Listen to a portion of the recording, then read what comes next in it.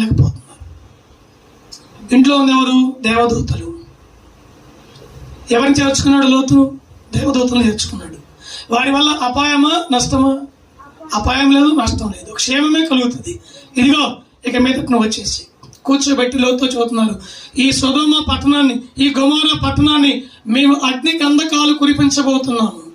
అప్పుడు చెప్పారు లోతుతో, అయ్యా అలాగా అయితే నేనేం చేయమంటారు?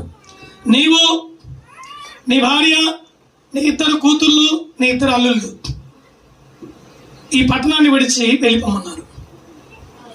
ఊరు పొలిమర, పట్టణపు పొలిమర ఎప్పుడైతే దాటి మీరు వెళ్ళిపోతారో అప్పుడు మేము అగ్ని గంధకాలు కురిపించేయటం స్టార్ట్ చేస్తాం.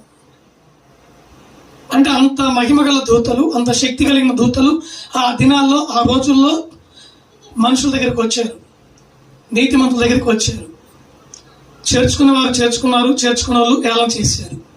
చేర్చుకున్న వాళ్ళు దీవించబడ్డారు, చేర్చుకునే వాళ్ళు నశించి నాశనమై చనిపోయారు. దేవుని బిడ్డలారా, వాళ్ళకి పాపం చేసేదానికి కనిపించారు, వాళ్ళ కంటికి అందమైన వాళ్ళంతా వాళ్ళు. అయితే దేవుని బిడ్డలారా, ఈ దూతల మాటకు లోబడి లోతు తన భార్యను, తన కూతుర్లను తీసుకున్నాడు, తన అల్లులను కూడా పిలిచాడు. 2 అల్లుళ్ళు, కూతుర్లు తన వారే కానీ అల్లుళ్ళు అతని వారు కారు. ఏమంటారు? కోటి భాగ్యం పెట్టిన కొడుకు. చెప్పండి అమ్మా, పూర్తి చేయండి తెల్లారా. కోటి భాగ్యం పెట్టిన కోడలు బిడ్డ కాదు, అష్టభాగ్యం పెట్టిన అల్లుడు కొడుకు కాదు అంటారు. మీకు తెలుసు అవన్నీ.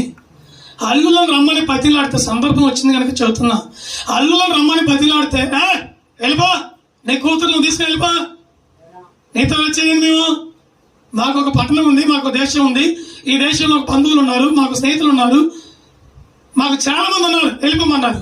ఓకేనయ్యా మంచిదని చెప్పి గుడ్ బై చెప్పాడు. 2 కూతుర్లని తన భార్యను తీసుకుని